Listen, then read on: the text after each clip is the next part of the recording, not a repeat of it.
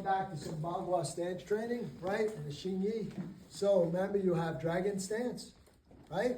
You have tiger stance, and then you have crane stance. Everybody good with that, right? Dragon, tiger. So with this, well, sometimes they'll say phoenix, depends who likes what bird.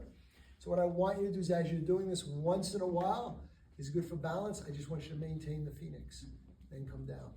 Touch, moving forward and back, right? Every once in a while, do your best.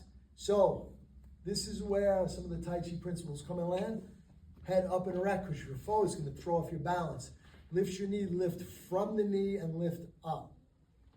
Okay, nice and simple, lift up.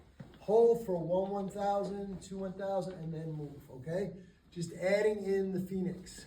Come up, lift and down. Again, this is all about stretching and strengthening for stability and balance, okay? Once in a while, just add the phoenix, right? Because you got your forward push, your backward push, and then your guard. And your phoenix goes into your kicking.